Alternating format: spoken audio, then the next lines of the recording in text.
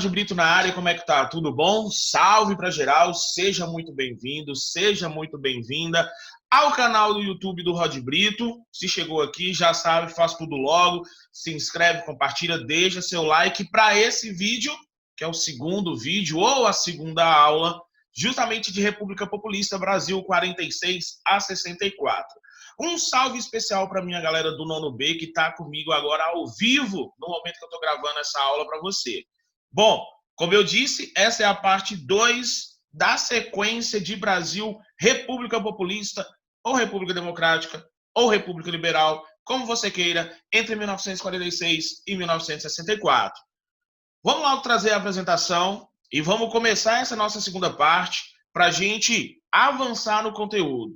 Só para a gente entender, a gente está analisando o momento da história do Brasil, justamente após a Era Vargas, e todo esse desenrolar entre 46 e 64 até o golpe militar naquele momento. Então, vamos trazer a nossa apresentação de slides e vamos começar analisando o primeiro governo dessa República Populista, o governo do general Eurico Gaspar Dutra.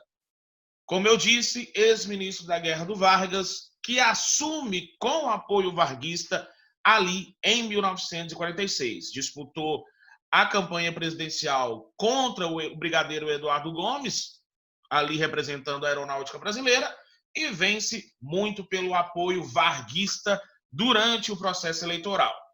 Bom, vamos começar fazendo uma análise importante.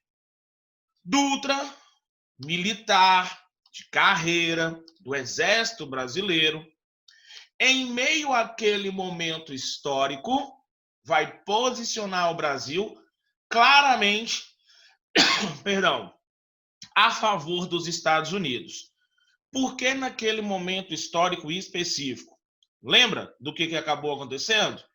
Nós estamos analisando o momento da história do Brasil, justamente após a Segunda Guerra Mundial, ou seja, no mundo eu estava tendo o processo da Guerra Fria. Frente a frente, Estados Unidos e União Soviética. E neste momento, o Brasil se posicionou amplamente favorável ao governo estadunidense. Houve uma aproximação diplomática ainda maior entre Brasil e Estados Unidos a partir desse momento.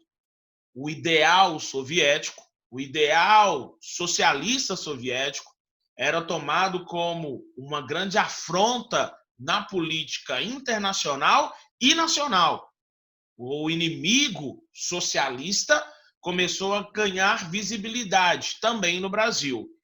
E o Dutra, conservador, tanto é que proíbe cassinos, proíbe jogos de azar no Brasil. Isso vai ser um problema, inclusive economicamente, porque esses cassinos empregavam muita gente, né? Apesar de ser jogos não legalizados, mas empregavam muita gente. Então, a proibição dos cassinos vai gerar um aumento do índice de desemprego no Brasil, naquele momento.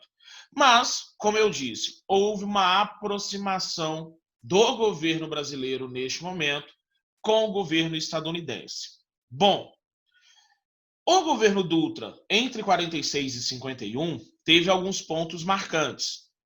Um deles, a nova Constituição do país. A Constituição de 1946. Sempre lembrando, toda vez que você chegar analisando a história do Brasil numa nova Constituição, tenta relembrar das constituições anteriores para você se situar e, logicamente, para você ir gravando as constituições. Eu sempre aconselho e sempre faço isso. Vamos lá, então? Primeira Constituição, 1824. Segunda Constituição, 1891, a primeira da República. Terceira Constituição, 1934, já no contexto da Era Vargas. Quarta Constituição, 1937, a Constituição Polaca do Estado Novo Varguista. Portanto, nós estamos na nossa quinta Constituição, a Constituição de 1946. E a Constituição de 1946 trazia alguns pontos bem importantes. Nós vamos ter no Brasil um misto de liberalismo econômico, seguindo o modelo econômico estadunidense, com conservadorismo nas questões relacionadas principalmente ao trato político e o trato social. A proibição dos cassinos e dos jogos de azar entram nesse conceito conservador do governo Dutra, tá? Outro ponto importante: o voto é secreto e universal, excluindo-se ainda analfabetos, soldados e cabos. Lembrando que ali, para as eleições da Assembleia Constituinte em 33, o voto feminino é instituído e ele é confirmado mais uma vez, é ratificado mais uma vez. As mulheres conservam seu direito ao voto dentro desse contexto. Os sindicatos são atrelados ao governo, uma manobra política que a gente já viu na questão do governo varguista, tá? E isso, logicamente, vai restringir o direito à greve, vai restringir a ação sindical e vai favorecer ao empresariado, vai favorecer a classe industrial, logicamente também, porque sem greves, sem paralisações, mantendo a produtividade e a margem de lucro desses donos dos meios de produção naquele contexto. O mandato presidencial é ampliado. A Constituição de 34 determinava o mandato presidencial de 4 anos. A Constituição de 46 vai determinar um mandato presidencial de 5 anos.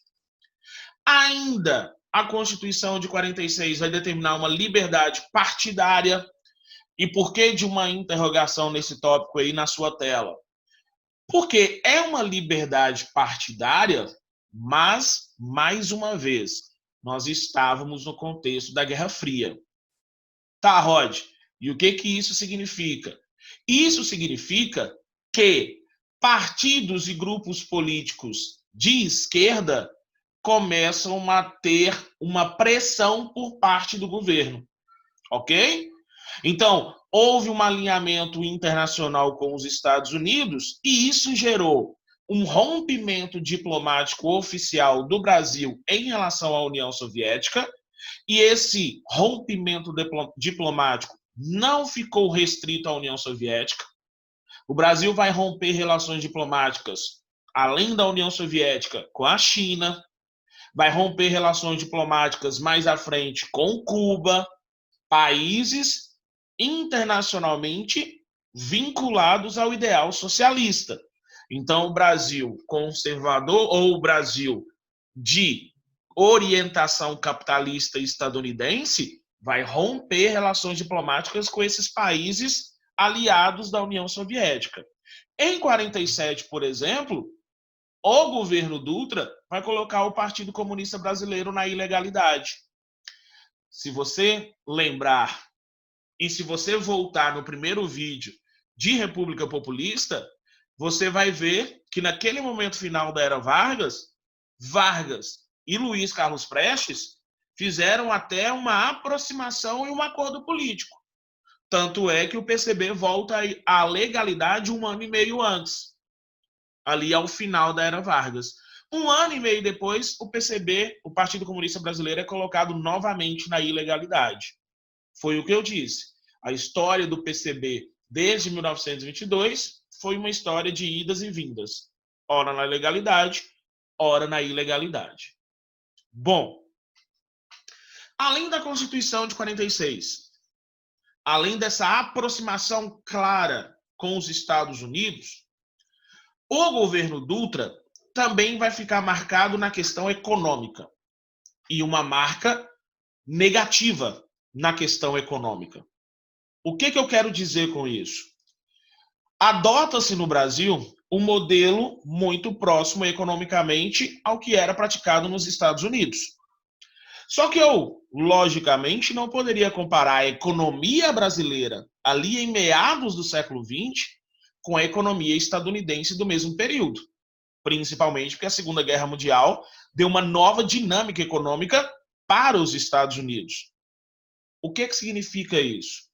O modelo liberal que foi implantado no Brasil do governo Dutra facilitou amplamente o cenário para as importações diminuindo as taxas alfandegárias, ou seja, diminuindo as tarifas de importação. Ora, a partir do momento que o governo diminui as taxas de importação, o produto internacional, o produto produzido em mercados estrangeiros, vai ficar com preços competitivos em relação aos produtos similares produzidos no país. E isso é ruim, se você parar para pensar, num determinado ponto. Por quê? Porque quando esse produto de melhor qualidade, quando esse produto em maior quantidade começa a entrar no Brasil com preços similares ou com preços competitivos, o que vai acontecer com a produção nacional? Ela vai se retrair, ela vai diminuir. O produto nacional vai começar a perder mercados. E isso vai gerar também uma balança comercial deficitária.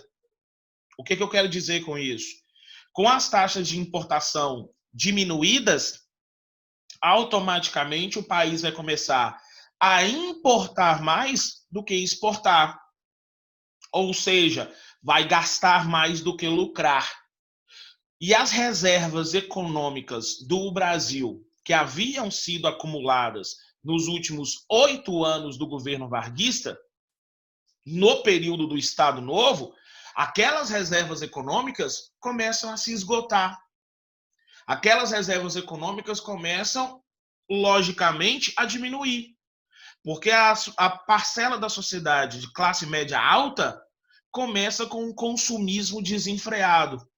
Isso vai gerar recessão, isso vai gerar um cenário inflacionário, isso vai gerar um endividamento da população e do Estado brasileiro, um arroxo salarial sobre as camadas populares, um achatamento do salário e, logicamente, um descontentamento da classe trabalhista que não se via representado.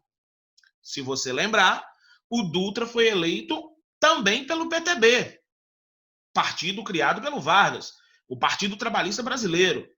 Quando ele começa a tomar e adotar essas medidas impopulares e antitrabalhistas, automaticamente há uma insatisfação crescendo junto à classe trabalhadora. Esse modelo político-econômico não dá certo. E aí, o que o governo Dutra tenta fazer? Em 47, abandona o modelo liberal e adota uma postura intervencionista. Ora, olha o raciocínio simples aqui nesse momento. O que gerou esse problema todo interno? Não foi a diminuição das taxas de importação? Não foi a diminuição das tarifas alfandegárias? Então, qual a medida imediata para tentar solucionar o problema?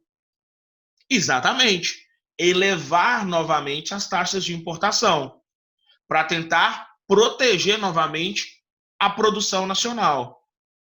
Junto com essa medida, em 1948, o governo Dutra tenta implementar um plano de salvação econômico-social do país, o Plano SALT. Qual que era o objetivo? O objetivo era investir em diversos setores estratégicos, ao mesmo tempo, para equilibrar a questão financeira e a questão de infraestrutura do país. O Plano SALT previa investimentos, ao mesmo tempo, na saúde, na alimentação, no transporte e na geração de energia. Achou que era educação, né? Na educação, não. Na geração de energia. Agora, pensa comigo.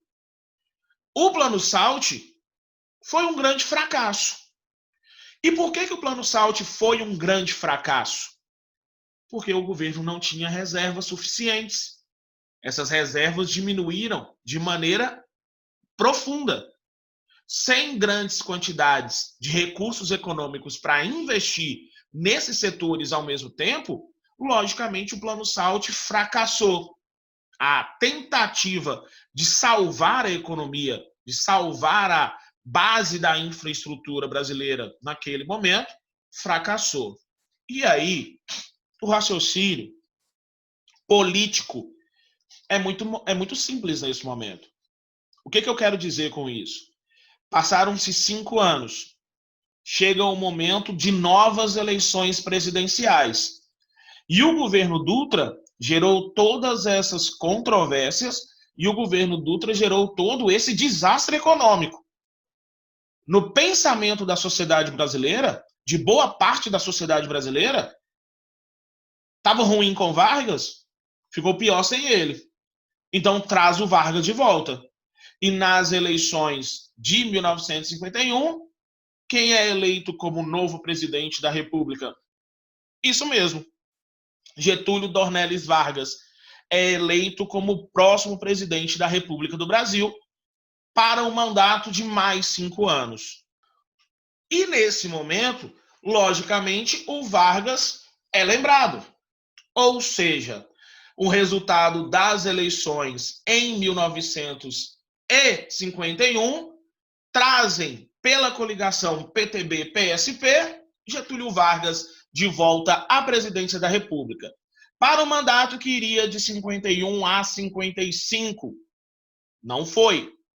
Bom, nós vamos ver o porquê, apesar de que você já sabe o que acabou acontecendo, mas vamos analisar esse momento. Esse momento do governo Vargas, do período do Vargas na presidência, ele tem que ser analisado com vários detalhes. Primeiro detalhe, é a primeira vez que o Vargas entra na presidência eleito diretamente. Ok? Isso tem um ponto muito marcante nessa história política como presidente da República do Getúlio Vargas. Se você se lembrar, vamos lá lembrar? Em 30, ele entra por meio do golpe de 30, ou da Revolução de 30, como queiram. Em 34, ele é eleito indiretamente pelo Colégio Eleitoral. E em 37, com o apoio da AIB e do Plano Cohen, ele acaba se mantendo no poder por mais 8 anos, o período do Estado Novo Varguista. Agora, em 51, ele é eleito. Mas o grupo de oposição, a UDN, os udenistas, não concordam com a eleição do Vargas. Entram com um pedido no Tribunal Superior Eleitoral para impugnar a campanha do Vargas, porque ele não teve maioria absoluta, ele teve maioria dos votos, mas não teve 50% mais um. O TSE, o Tribunal Superior Eleitoral, não considera o pedido da UDN como um pedido legal e plausível e confirma a eleição de Getúlio Vargas. O Vargas, que assume em 51, não era o mesmo Vargas que sai em 45. Rod, como assim? Bom, vamos entender. O Vargas deixa a presidência em 45 com uma ampla popularidade. Ok, questionado por alguns setores, acaba sendo obrigado a se retirar da presidência. Mas ele sai deixando uma reserva econômica considerável nos cofres do Tesouro Nacional, sai deixando o Brasil com uma indústria de base em pleno desenvolvimento, Companhia Siderúrgica Nacional, Companhia Hidrelétrica de São Francisco, Fábrica Nacional de Motores, Companhia do Vale do Rio Doce e outras empresas criadas ali naquele contexto do Estado Novo Varguista. Politicamente, ele sai com uma aceitação junto à sociedade, principalmente da classe trabalhadora. Se você se lembrar que em 43 ele vai criar a CLT, a Consolidação das Leis do Trabalho, ratificando, confirmando as leis trabalhistas. Bom, o Vargas, que assume em 51, acha um cenário diferente. Economicamente, acha o Brasil em crise, alta taxa de inflação, falta de recursos financeiros que haviam sido gastos durante o governo Dutra. Politicamente, um cenário de crise muito aguda, greves estourando no Brasil sucessivamente, pressões de grupos oposicionistas, tanto da UDN, da União Democrática Nacional, quanto da classe empresarial. E aí ele vai encontrar um cenário muito difícil. Em que sentido? Ele que sempre foi o fiel da balança entre trabalhadores e empresários, vai encontrar um cenário de uma grande panela de pressão. Por quê? Os trabalhadores começam a pressionar o governo por melhorias trabalhistas, principalmente na questão salarial. E os empresários vão começar a pressionar o governo para controlar essas greves, ameaçando, inclusive, não investir no governo mais. Então, o Vargas tem um grande problema para resolver nesse contexto. Cria o Banco Nacional de Desenvolvimento, que acaba tendo como objetivo ampliar os investimentos no setor industrial nacional, mas não acaba se efetivando de fato, pela falta de recursos financeiros internos e por uma falta de apoio internacional, a gente vai ver também, em algum momento. E o cenário político do Brasil, nesse contexto, meio que dividiu a sociedade em dois grandes grupos. Um grupo nacionalista, pró-Vargas, que reunia estudantes, sindicalistas, membros do Partido Trabalhista Brasileiro, comunistas, e um grupo antigetulista, um grupo liberal, que defendia ainda a continuidade do modelo econômico estadunidense dentro do Brasil. Esse grupo era composto pelos membros da UDN, liderados, logicamente, pelo seu grande porta-voz, o Carlos Lacerda, um dos principais líderes do grupo, do partido, empresários ligados aos Estados Unidos, setores das Forças Armadas, como na Escola Superior de Guerra, e de diversos meios de comunicação que eram anti-Getúlio Vargas. Tanto é que esse grupo anti-getulista recebeu um apelido histórico, os entreguistas. Por que entreguistas? Porque eles queriam e defendiam a entrada do capital internacional nas diretrizes econômicas do Brasil. Rod, eu não entendi. Bom, vamos pegar um dos grandes símbolos desse período do Vargas para entender isso?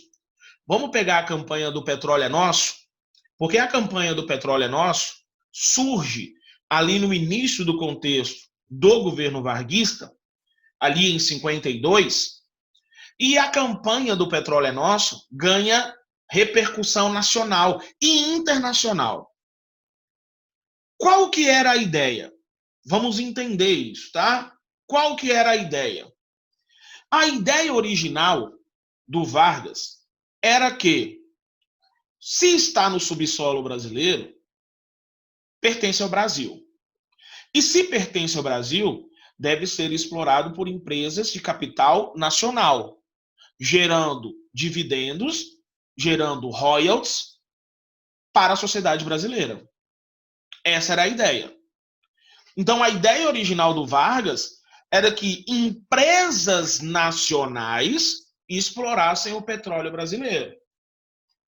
Já os membros da UDN, eu vou voltar no slide para você entender, tá? Então, de um lado, eu tinha um grupo nacionalista que apoiou essa ideia do Vargas em relação ao petróleo. O petróleo é nosso. O petróleo deve ser explorado por nossas empresas. Essa era a ideia.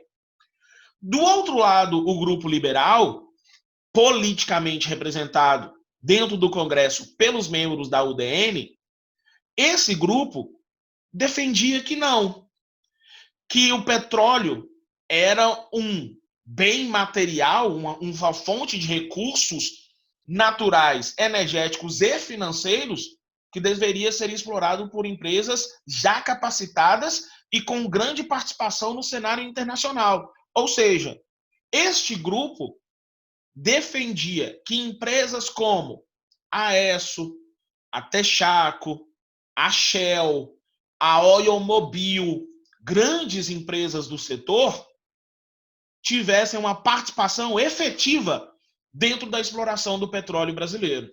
Por isso, o apelido. Por isso, os entreguistas. Ok? Bom, a ideia, ela ganha força. a ideia ela ganha espaço e ela ganha repercussão junto à sociedade e ganha adesão. O que eu quero dizer com isso? A ideia original eram empresas nacionais tomando conta da exploração e do refino de petróleo. Só que no meio da campanha surge uma ideia que também se mostrou muito interessante. Por que não uma grande empresa petrolífera de exploração, refino e distribuição do petróleo vinculada ao governo? Por que não uma empresa estatal de petróleo? E aí surge a ideia da Petrobras. E a ideia ganha grande força junto à sociedade de ter uma grande empresa petrolífera para o Brasil, controlada pelo governo naquele momento.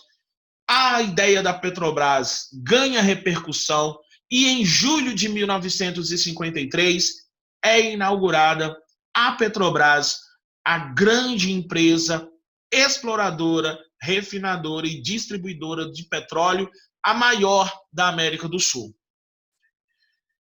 A campanha do Petróleo é Nosso mostrou muito do apoio popular que o Vargas ainda tinha. E o ano de 53 foi um ano de grande euforia para o modelo varguista. É claro que o Vargas começa com isso a incomodar, principalmente empresas internacionais, o grande capitalismo internacional, principalmente quando ele dá um outro passo. Ele propõe no Congresso, inclusive, uma nova lei, a Lei de Remessa de Lucros. Basicamente, em que consistiria essa lei? A Lei de Remessa de Lucros, ela obrigaria as empresas multinacionais instaladas no Brasil em reinvestir parte do seu lucro bruto, reservar um percentual do seu lucro bruto para ser reinvestido no Brasil. Na ótica varguista, nacionalista, fazia sentido. Se está instalada no Brasil, se está explorando a mão de obra brasileira, se está explorando os recursos naturais do Brasil, não pode enviar todo o lucro para fora. Parte do lucro tem que ficar no Brasil. Era uma ideia que fazia sentido para os varguistas, mas não fazia sentido para os liberais udenistas. Logicamente, os donos das multinacionais ficaram furiosos com essa proposta do Vargas. E a UDN consegue barrar a lei. A UDN consegue barrar o avanço da lei dentro do Congresso. O ano de 53 termina e o ano de 54 chega. E o ano de 54 marca novamente uma grande panela de pressão para Getúlio Vargas. O ano de 1954 se transforma num ano muito conturbado desse momento varguista. Só que o que nós vamos ver em 54 vai ficar para a terceira parte dessa nossa aula, dessa nossa playlist de República Populista, de República Liberal. Então, se você chegou até aqui, um salve para você, muito obrigado. Já chegou aqui, se inscreve no canal, compartilha para quem você quiser, deixa seu like para gerar maior visibilidade para a gente. Tudo de bom. Lembrando, aguarda a parte 3. Se não assistiu a parte 1, volta para assistir a parte 1. Tudo de bom. História é Conrad Brito. Sem massagem, pai. Fui!